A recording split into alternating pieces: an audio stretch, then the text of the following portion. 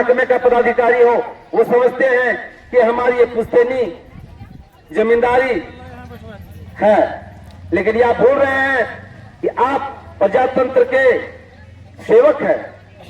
लोकतंत्र में आप नौकरी करते हैं तो आप लोकतंत्र में कहीं ना कहीं नौकरशाह हैं। और लोकतंत्र में जो जनता सरकार बनाती है, चाहे वो एक पंचायत के वार्ड सदस्य से लेकर देश के प्रधानमंत्री तक, मुख्यमंत्री, विधायक, सांसद चुनती है।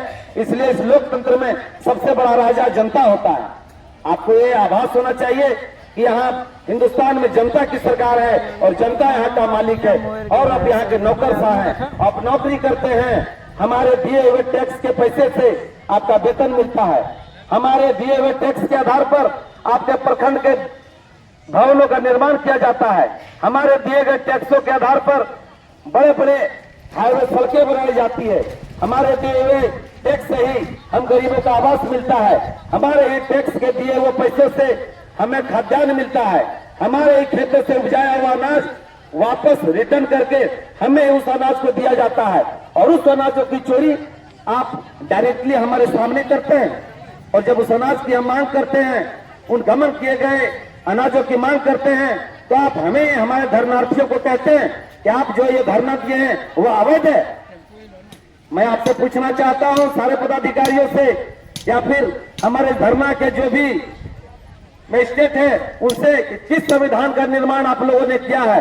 कौन सा संविधान लेकर अपने कार्यालय में आप बैठे हुए हैं जहां पर ये धरना जो हमें बापू महात्मा गांधी ने सिखाया, हमारे संविधान के रचयिता डॉक्टर भीमराव अंबेडकर ने सिखाया, जो बलिदान फांसी देकर चंद्रशेखर आजाद ने सिखाया, जो फांसी देकर खुदीराम बोस ने सिखाया, अपने हाथों में तमंचा लेकर अपना ही सर में गोली मार देने वाला चंद्रशेखर आजाद ने सिखाया कि संविधान में जो संवैधानिक अधिकार में ये जो हम लोगों ने सत्याग्रह का रास्ता अपनाया है, अगर ये भी आपको नहीं पचता है तो क्या हमारे जितने भी माता बहनें क्या फूलन देवी बन जाए, चले जाए चंबल के घाटी में डकैती करने के लिए?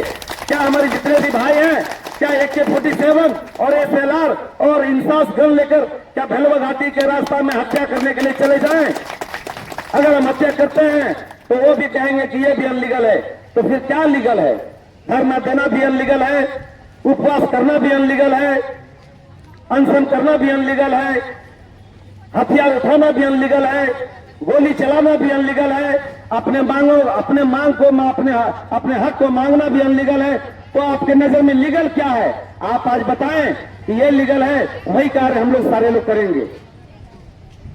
अन्यथा अगर हमारे मौलिक अधिकार को आप कुचलने का काम करेंगे तो आपको आज सचेत कर देना चाहते हैं कि हम जाहिल नहीं हैं, हम लोग पढ़े लिखे इंसान हैं, हम लोग अपने अधिकार को जानते हैं, अपने संविधान को जानते हैं, सारे धाराओं और सारे अनुच्छेद को जानते हैं। इसलिए सारे पदाधिकारी को हम आगाज कर देना चाहते हैं, उनको यह बता देना चाहते हैं कि हमारे चुप्पी को, हमारे खामोशी को आप ये ना समझें कि झारखंड के लोग सीधे संत हैं, झारखंड के लोग बेवकूफ हैं, झारखंड के लोग अज्ञानी हैं। मैं बता देना चाहता हूं कि झारखंड के लोग जितने अच्छे हैं उतने बुरे भी हैं। हमारे शब्दों में हमेशा से शिष्टाचार और स्वावलंबिता रहता है। हम कभी किसी को उच्च शब्दों में या अभद्र व्यवहार का उच्चारण नहीं करते हैं। इसका मतलब ये नहीं है कि झारखंड में जितने भी माता बहनें हैं वो अज्ञानी हैं। मैं इस मंच के माध्यम से तमाम महकमे के पदाधिकारियों को ये बताना चाहता हूं कि अगर आज चेतावनी देता हूं कि आज हमारे दो नौजवान जुझारू और कर्मठ साथी अनशन पर बैठे थे, लेकिन आज से हमारे छोटे भाई जो भी खेलने कूदने का उम्र है, एंजॉय करने का उम्र है, आज धरना में अनशन में बैठने जा रहा है। मेरी फूल जैसी बहन जो घर में पर्दा रसी है, जो पर्दा के अंदर रह के अपने माँ बहनों को नेतृत्व में अपना विकास का काम करती है, अपने रोजगार का काम करती है, आज आप लोगों की लापरवाही के कारण वो आपके इस मैदान में अनशन में बैठने का काम किया है।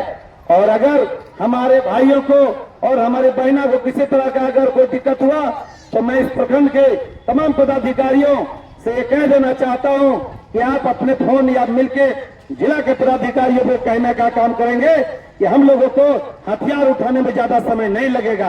अगर हमारे साथियों को, हमारे बहनों को जरा भी दिक्कत हुआ तो फिर इसका अंजाम बहुत बुरा होगा और इसका खामियाज आपका क्या, आपके पूरे खानदान को भुगतना पड़ेगा। ये मैं चेतावनी देता हूं इस मंच के माध्यम से। मेरे मित्रों, आप आए दिन देखते हैं कि आतंकवाद की गतिविधि किस तरह बढ़ रहा है। आए दिन दहाड़े रोड पर छिनतई, डकैती, हत्या, बलात्कार जैसे कितने घटनाएं आए दिन की जाती है। इसका कारण ये भ्रष्ट पदाधिकारी हैं। नौजवान जो है हमारे पूरे राष्ट्र के ऊर्जा का स्रोत है और बिना ऊर्जा के स्रोत के किसी भी क्षेत्र का विकास